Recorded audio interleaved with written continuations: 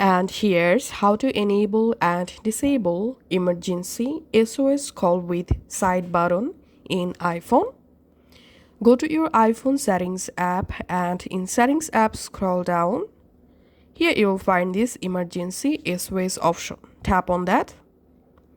And here we can see press and hold the side button and either volume button to make an emergency call. In certain regions, you may need to specify an emergency service to dial. So all you have to need to enable emergency SOS call with side button, just enable this option, call with hold and release.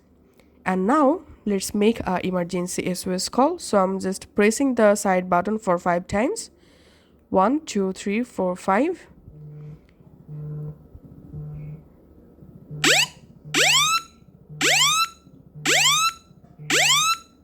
Calling emergency services. So that's how we can enable emergency SOS call with side button. And now to disable this feature, just toggle the switch off for call with hold and release. And this is how we can actually do it. Thanks for watching.